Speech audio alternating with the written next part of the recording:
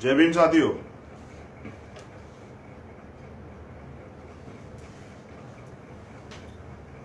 गिरफ्तार किया गया था, गिरफ्तार करके थाने ले जा गया। एक नहीं 1000 बार गिरफ्तार कीजिए और जितने मुकदमे आप कर सकते लगाइए, जितनी धाराएं आप लगा सकते लगाइए, लेकिन अंबेडकर वादियों ने झुकना नहीं सीखा। मुझे वापस होटल लाया गया मेरे साथियों को, और होटल लाने के साथ साथ जो है पूरे होटल की घेराबंदी की है। मेरे कमरे से बाहर सब चीजों की घेराबंदी की गई है, एक एक चीज पे नजर की जा रही है। सबसे पहले तो मैं धन्यवाद देना चाहता हूं उन सभी संगठनों का, फूले अंबेडकर विचारधारा के जितने भी पूरे देश से जितने भी सामाजिक संगठन के लोग हैं, जितने भी वो लोग हैं जिन्होंने समर्थन करके एक दबाव बनाया सरकार पे, जिनकी वजह से उन्होंने मुझे छोड़ने का काम किया।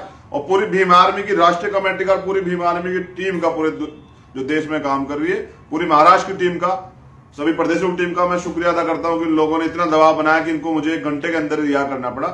लेकिन अभी भी हमारे 4 साथियों को इन्होंने पकड़ा हुआ है, जिसमें भीम आर्मी के प्रदेश अध्यक्ष है, उनके साथ भी 3 साथी हैं।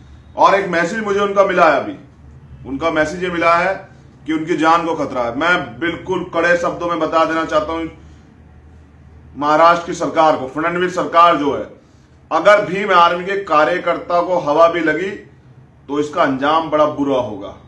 जिस सरकार के दम पे आप लोगों ने किया है ना, मैं जानता हूं ये कहां से चल रहा है, मैं जानता हूं ये बात दिल्ली कुर्सी चल रहा है। मोदी जी जो करवा रहे हैं ना, क्या हम नहीं समझ रहे हैं? बाबा साहब के बच्चों को यहां रोका जा रहा है, ये किसके सहारे पे चल रहा है मैं जानता हूं। तुमने मुझे हमारी पावन भूमि चैत्य भूमि से, बाबा साहब की समाधि से तुमने जो है मुझे अरेस्ट कराया। तुम्हें इसका जवाब तुमने सरकार के दम पे कराया ना, ये तुमने सरकार की ताकत से कराया ना, तो तुमने शुरुआत तो तुमने की है, इसका अंत भीम आर्मी करेगी, इसका अंत भीम आर्मी करेगी। और हम तुम्हें बताएंगे कि किस तरह सरकार के दम पे संविधान को तहस नहस किया जाता है, संविधान को तोड़ा जाता है, संविधान के खिलाफ काम किया जाता है। किस तरह तुमने जो मनुस्मृति इस प्रदेश में लागू की है ना, हमारे कार्यकर्ताओं को, मैं एक एक कार्यकर्ता के साथ पूरी भीम आर्मी खड़ी है, भीम आर्मी प्रमुख खड़ा है। अगर भीम आर्मी के प्रदेश अध्यक्ष को, उनके साथियों को रिहा नहीं किया गया तो मैं आंदोलन करूंगा, और मैं तब तक ये जगह नहीं छोड़ूंगा।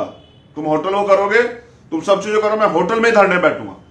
अगर एक भी हमारे भीम आर्मी के कार्यकर्ताओं को, हमारे प्रदेश अध्यक्ष जी को रिहा नहीं किया गया तो मैं आंदोलन करूंगा, और मैं तब तक ये महाराष्ट्र नहीं छोड़ूंगा जब तक हमारे साथी हमारे बीच नहीं आते।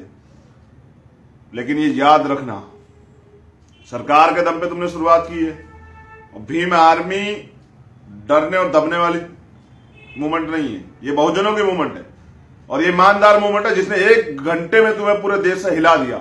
तो मुझे अरेस्ट करना चाहते तो बड़ी धमकियां दे रहे थे ना, बंद कर देंगे, NSA लगा देंगे, गालियां दे रहे थे ना। तो 1 घंटे में तुम्हारे चूल हिल गए, तुम्हें जवाब देना भारी हो गया, तुम्हें मुझे वापस होटल में लाके बंद करना पड़ा। मुझे फर्क नहीं पड़ता इन चीजों से, तुम जेल भेज दो, तुम फांसी चढ़ा दो, लेकिन बाबा साहब के बच्चों ने झुकना नहीं सीखा। मैंने वहां भी कहा था, सरफरोशी की तमन्ना अब हमारे दिल में है, और देखना है जोर कितना बाजुए कातिल में। तो याद रखना, तुमने जो किया है ना, उसको सूद समेत वापिस भीम आर्मी प्रमुख और पूरी भीम आर्मी की टीम तुम्हें करेगी। और अगर भीम आर्मी के प्रदेश अध्यक्ष कार्यकर्ता तुम रैली रोकोगे, तुमने जो काला कानून यहां लागू किया है ना, संवैधानिक दायरे में आर्टिकल 19 के तहत हमें अपनी सभा करने का अधिकार है, व्यक्ति आजादी। तुमने जिस तरह से सुबह से मेरे साथ यहां बर्ताव किया है, भीम आर्मी की जो टीम यहां आई उनका बर्ताव किया, जिस तरह से हमारी माता बहनों को उठाने का काम किया, गाड़ियों में डालने का काम किया, तुम्हें एक एक चीज का हिसाब देना पड़ेगा।